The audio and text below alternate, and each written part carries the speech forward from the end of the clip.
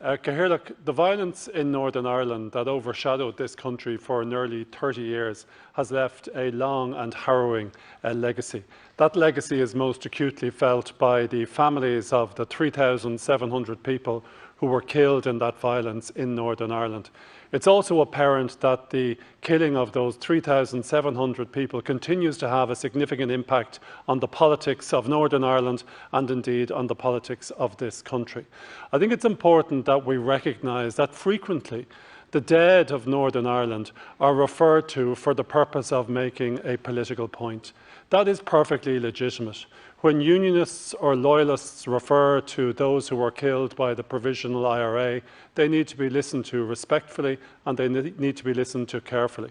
Similarly, when Republicans and Nationalists refer to people who were killed by Loyalist paramilitaries or by the British state, they similarly need to be listened to carefully and respectfully. However, I think we need to recognise as well that there's an objective and a purpose in trying to ensure that we can commemorate all 3,700 people who were killed during the Troubles in a way that is free from a political narrative. And I think it is the case that in many instances when the dead are being invoked, they are being invoked for a particular political purpose. As I say, there is nothing wrong with that, but it is the case, Cathaoirleach, that legacy issues have now become part of the territory upon which political division in Northern Ireland now operates. I think when we look at the 3,700 people who were killed during the Troubles, I think we can all recognise and accept that each one of them deserves to be remembered. I think when we go further and say why they need to be remembered, that we can get into difficulty. If we were to say that each one of them died needlessly, that becomes an issue of political dispute. So I think what we can all agree on is that each one of the 3,700 deserves to be remembered and remembered respectfully. I think also we can agree on that collective memory will assist in reconciliation. We can see in Northern Ireland that unfortunately reconciliation has not been achieved to the level that we wish to see it achieved. The reason I put down this topical issue is because there is a monument to the 3,700 people who were killed in Northern Ireland. And that monument is a book called Lost Lives that was published in 1999 for the first time as a result of considerable work by 5 journalists led by David McKittrick. I read an article by Fintan O'Toole in the Irish Times at the weekend, and it's apparent now that that book may be going out of print. The suggestion put forward by Mr. O'Toole in his article, and it's a suggestion that I agree with, is that the state, this state, and perhaps the Northern Ireland Executive together, should seek to purchase the rights of that book. If we manage to purchase the rights of the book, we could make the information in that valuable tome available to the public online. Now, that is a book that is written without judgment. It is written without political objectivity. It is written without a narrative. It simply records the stories of the men, the women and the children who were killed during the Troubles in Northern Ireland.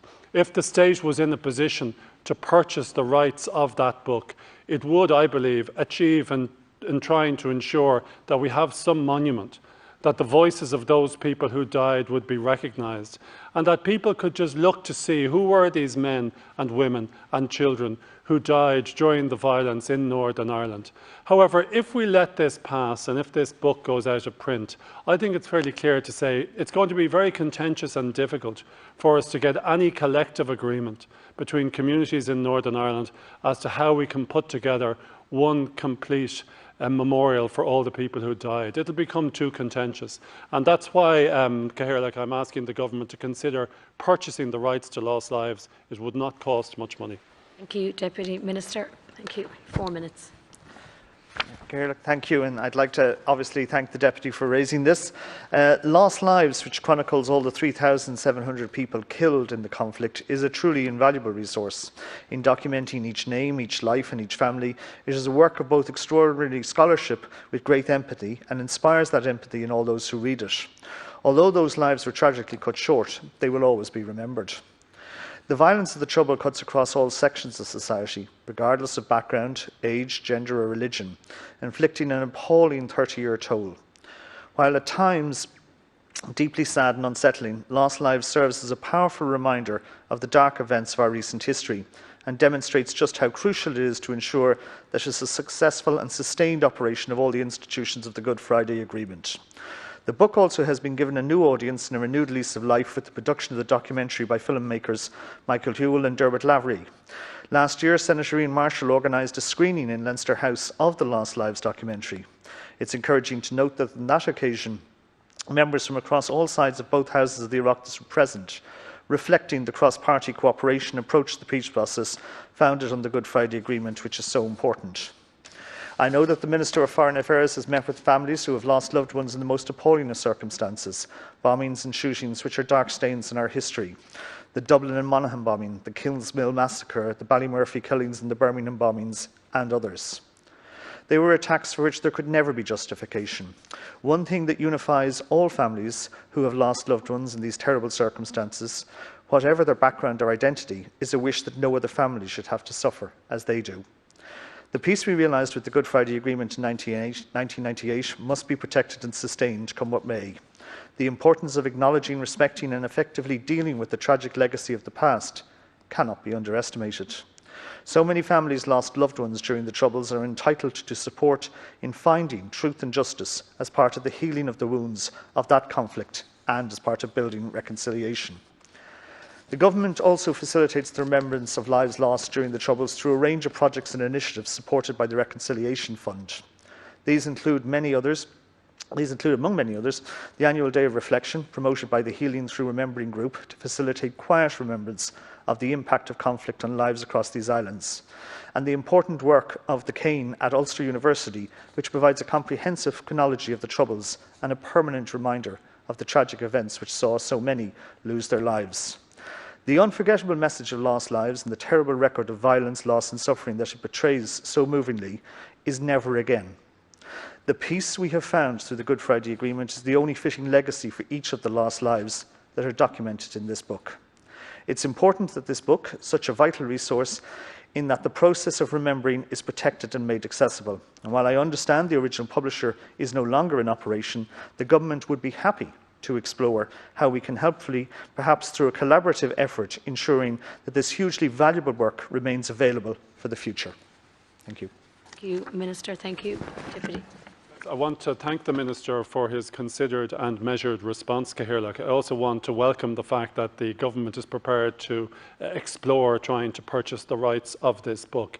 I think this would be a really beneficial step for this state to take.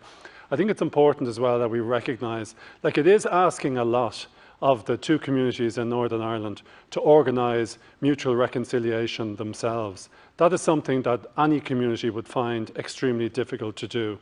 That's why it's so important that the Irish Government and indeed the British Government and the Northern Ireland Executive play a part in this. Sometimes when people can stand back from an issue a bit, it can be easier to try to look at it objectively in order to ensure that we can try to achieve some fairness. I think it's fair to say that the book is not contentious. Most issues in Northern Ireland are contentious, particularly when it comes to remembrance or in terms of legacy issues. This is just a book that sets out the detail of all those people who were killed during the Troubles. I agree with the Minister when he says that the message that comes out of the violence in Northern Ireland can be summed up in two words: never again. We never need to ensure that because there's a division between Irish people that we have to resort to violence. It is imperative, however, that we remember it, that we recall it. That is why this book achieved so much. And bizarrely, when the book was started, I don't think the authors, the 5 journalists, had in mind that this was going to be some great tome that was going to assume such reconciliatory significance. They simply wanted to record the people who died for the purpose of journalistic research.